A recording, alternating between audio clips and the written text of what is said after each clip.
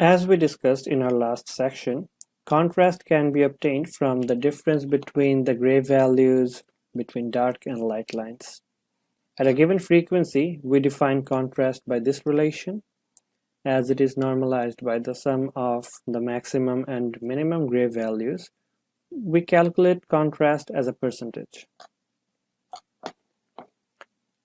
Let's use an example to better understand the concept of contrast. The same target is used in both cases, but the lenses are different, keeping the number of pixels on the sensor the same. It doesn't look very different to human eyes, but the performance difference is significant here. Relative to the second lens, the first lens performs 78% better. It produces 78% better contrast. You have to keep in mind that contrast levels have a strong dependence on f number and field of view, which will be discussed later. If you remember from our earlier slides, diffraction limits the achievable resolution.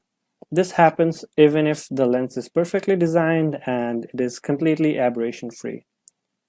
When diffraction is the limiting factor, you cannot really calculate the system's resolution from the sensor's perspective. So by now, you have understood that the resolution depends on a lot of factors. It includes diffraction, optical aberration, and the properties of the sensor. In this example, we can see two separate dots are imaged through a lens. When they are separated by a large distance, you can easily identify them as independent entities. If you take a closer look, you can see there is blurring at the edges. This is due to diffraction. So now, if they approach each other, at some point the contrast becomes limiting and their relative separation is the resolution. It is pretty much the same concept that we discussed earlier when we mentioned the Rayleigh criterion.